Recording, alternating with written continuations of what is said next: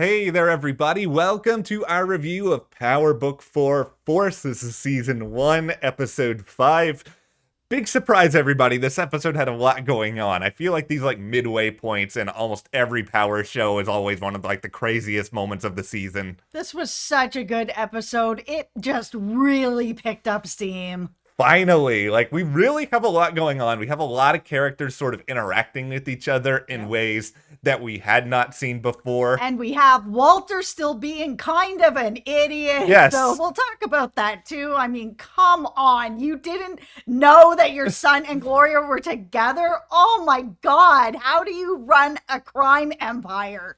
Walter's terribleness at his job and in general that is the through line in all of Power Force so far. We have watched 5 episodes, so what is that? Over a couple of weeks on the show. And even when Vic and Gloria are not obviously together, kissing and touching, they are obviously together. Walter. Wouldn't surprise me if Vic had a picture up in his room and Walter's just walking by and never noticing at this point. Yeah, he's talking about years. Walter's oh, it's been all these years and now it's I'm just kind of finding out. I'm dude. Okay, well, we're getting into that, but hit that subscribe button. Every week we are here talking, of course, about Power Book 4 Force, in addition to all the other great stuff at the channel right now. Snowfall, with Killing Eve, The Blacklist. This is so much great stuff. Also, it's one of our subscribers' birthdays today. Yeah. So I just want to give a little bit of a shout out to Lovable Nikki, who is someone that we talk to a lot on this channel with Power. Over time, it's been so much fun chatting with you. So I just want to say happy birthday. You mentioned yesterday that it was your birthday. So I hope you're enjoying it and you're relaxing and having your Starbucks. And it's a really good day. This is a good day for us, too, because we get to talk about, I think, an episode that really... It progressed the story forward, but I think it also progressed a lot of relationships forward. And this is a relationship-based show to me more than anything else. The whole Power universe to me is a relationship and family-based show. It really is about relationships more than anything else. All right, well, let's just go ahead and get into the end of this episode, because I think this is going to be something that a lot of people are talking about for so many different reasons. We have Liliana in danger. We have Mirkovic and all of his Serbian mob people involved. We have a showdown, and then we have a shootout coming out of nowhere. For me, it feels this was building for Jenard. He said it perfectly. He's just listen, Diamond was in jail for 15 years. I was running things. I was able to get a really good handle on things.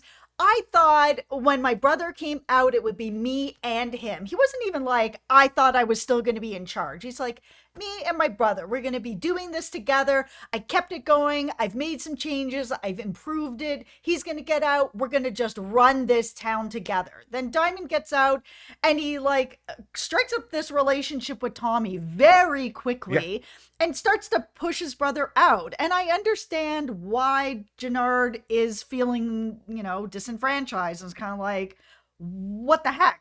I did all this for 15 years. You weren't even here. Then you get out of jail and you start working with this guy who just showed up out of nowhere. I'm the person that has been doing everything. Not even just including them, where Diamond could be okay, you know what? I'm going to be working with Tommy, but you're my number one.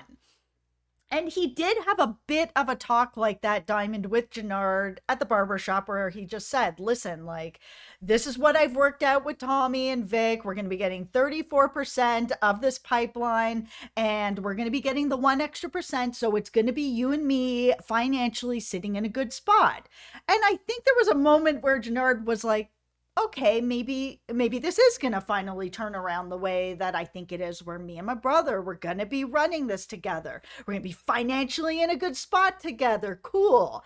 Then they went and did this shootout, and after everything was kind of happening and Jenard was looking down and sort of seeing his brother and Tommy working side by side, having this real natural chemistry with each other, that I think it just tipped him over the edge. And he was just no, that should be me by his side.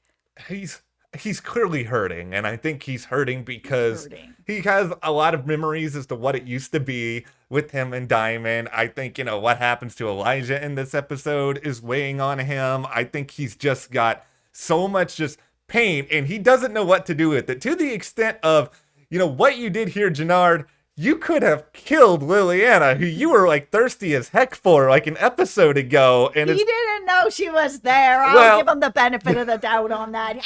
How could he know? he didn't know. He just, this is the thing though, Jenard. You're being so impulsive. You almost, well, you put her in a very bad position. Now, granted, you could have put yourself in an even worse position if anyone actually knew that it was you who was doing all of this.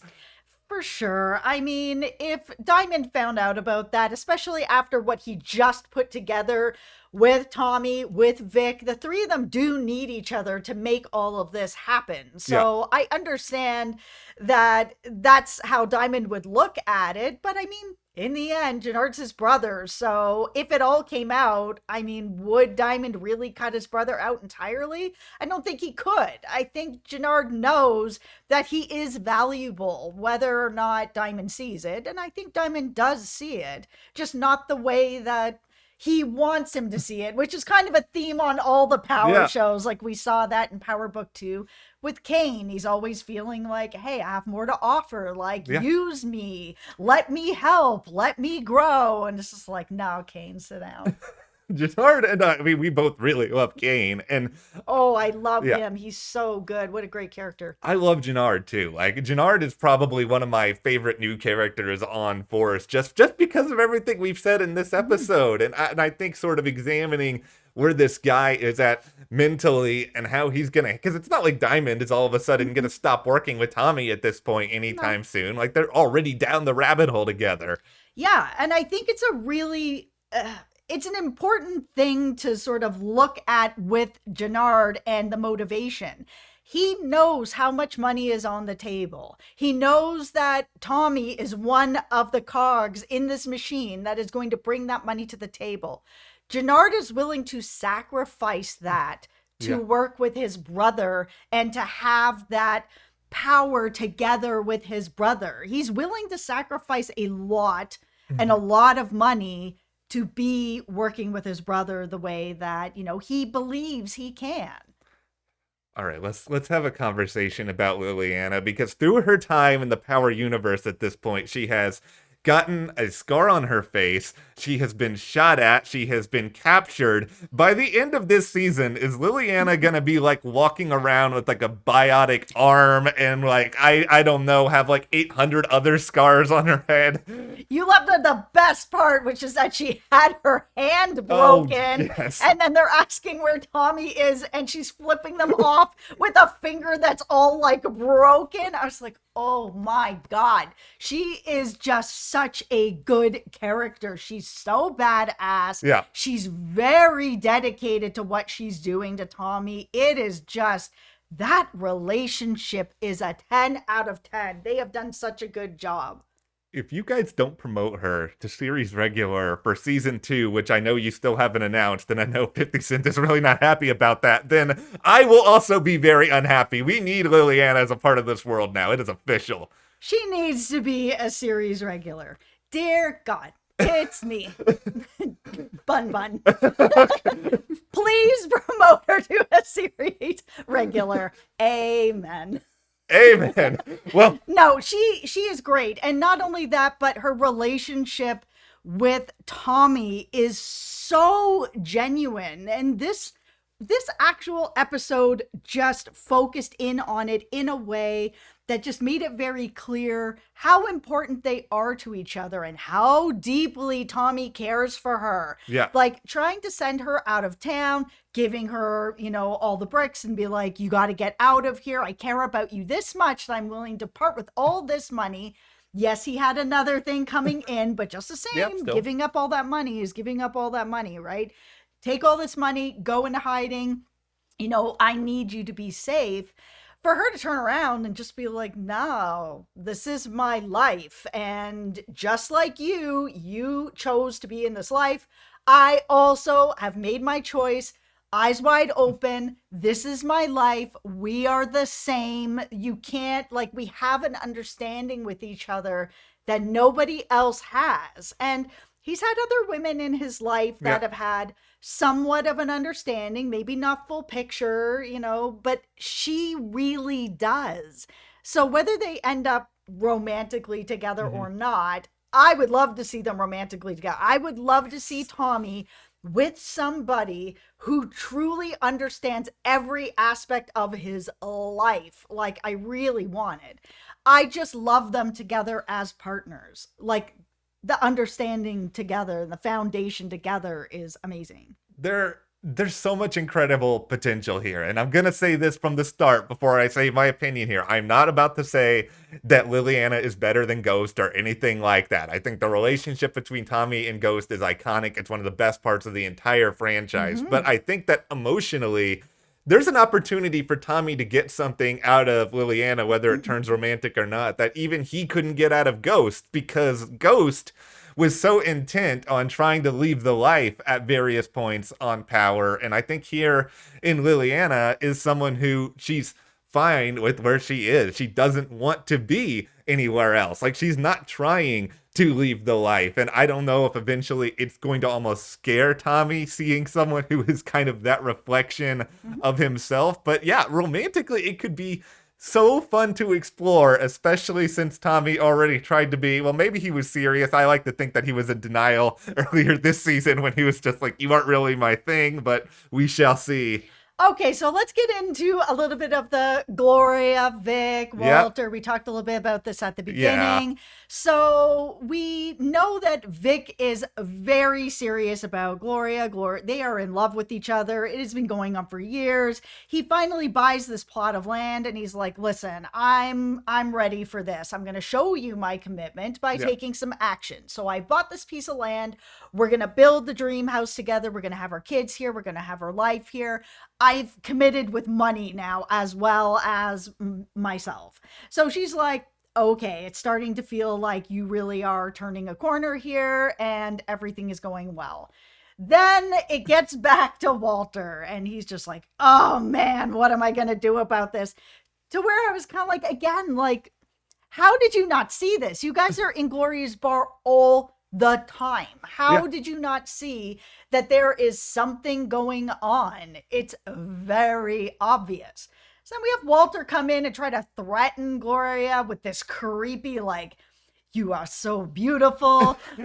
All the men fall into the beauty of your face. I'm just like, that's some really weird stuff to be saying from someone that's as bigoted as he is. Yes. And then he's like, but you're never going to be with my son. You're never going to have grandkids with my son or kids with my son. It's not going to be a thing. So I'm going to offer to, pay off your debts to me if you just walk away. And then he puts on these ridiculous sunglasses that did not make him any more terrifying and walks out the door. I wish I had some terrifying sunglasses I could put on and be like, oh my goodness, fear me, everyone, and then just walk in. This is so, I love Tommy Flanagan. I don't know what they're doing with this character. He's just almost comical to me at times. He is not scary whatsoever. All of his threats are empty. I haven't really seen any real action. Yeah. Then we have Claudia come in later and is kind of like, listen, I will transfer over this land that Vic bought you to you. It's worth $2 million. You just take that land, sell it, go off, do whatever you want, stay away from my brother, sort of thing. And Gloria says, I'm laughing because it's laughable. And she's just like, even Walter Sick is more terrifying than you. I'm like, ooh, that's not true. You've not been paying attention around here, Gloria. No, you were not paying attention here. Oh, no. My goodness. But it did open up the door that, Claudia found out her dad is sick. Yeah. It's a big revelation, I think, for her. And I think Claudia is one of these people where information is sort of her source of power. And I think this is where she has sort of been able to carve out her own little niche within this, Dahlia setup that she's got going on now, where, she finds out about it. She gets into business with Mai. She tries to figure out the way that this could work. She talks with Tommy all about it. I mean, granted, none of this clearly ended up going for her in the way in which she envisioned. No, I mean, okay, this story was interesting, but it had a few weird spots with it. So she ended up putting the drug on her own lips and kissing Tommy, and he just like is knocked out by this drug. But nothing for her. She has a drug on her own lips. So either it can't go through lipstick, or she's poison ivy where she can take her own poison, but another person can't. I thought that was a little bit strange. However, if we move on from that, this was a good episode for Claudia too, because when she goes through everything that she goes through and she ends up killing Mai, it's very clearly the first time she's killed somebody. She is just shaking. She can't believe what she's done. She doesn't even know what to do. Later, she finds out her dad is sick on top of it, because look on her face tells me she did not know that Walter was sick. And she's got this dead body on the floor. She doesn't know what to do with it. It's just laying there. She's in the other room. She's like having a meltdown on her bed. Like, it was a tough episode for her. I think she's going to be in a situation now where, I don't think she's necessarily going to call up Walter. I mean, I would be surprised, but she could call up Vic. She's going to need help from somebody. And Tommy. Yeah, that's probably. Oh my. Okay, my mind just got blown for a second here because I just remembered something. So this actress who plays Claudia, Lily Simmons, she was on Gotham, and she did play, I think she played like the older Selena Kyle in like the series finale. Maybe she went to Poison Ivy in Gotham and figured out how to do all of this. Maybe that's a good connection. There we go. We figured it out, everybody. It's the Power Gotham crossover we didn't know we needed. No, we've got it. It was a strong episode. Yeah, it was. I think for Claudia. It's an interesting episode, I think, too, for JP, because he's starting to like find out these little bits and pieces about his past with Tommy and what he sort of saw in this episode. I think it's making him question a lot of who he is and how he grew up. And I feel for this guy, because he's not in this world the same way that Tommy is. And he's just getting hit by a truck with all of this information week after week after week. I think it's also just a difficult, unfortunately relatable story where you have a mom or a dad who just wasn't in your life, and then as an adult, I mean, you've gone through it, as a kid, where you're like, oh man, my mom wasn't around. Why wasn't she around? She was around for my brother, but she wasn't around for me. And he's watching this video of Kate and kind of like, it's just hurting and hurting and hurting him, where he just doesn't really get why one kid is chosen to be with her and the other kid isn't, which of course then mirrors what's going on with his own kid and D-Mac. Yeah. And, that he wasn't there for whatever reason. We still don't really know a lot about that story, but I think it's all just really piling up on him. Yeah, my heart goes out to the guy. I think him and Tommy are going to have some pretty intense moments by the end of this season. Yeah. But I think we really moved Force forward in a way that has me excited, that has me feel like every side is kind of working against each other. I still don't really care about Mirkovic and the Serbian, group all that much right now. I got to be honest. No, I don't really either. I would have liked to have seen, and maybe we'll still go in this direction, especially after that Vic fight that he had with his dad, where his dad hit him in the face and like is taking away his love and like all of that.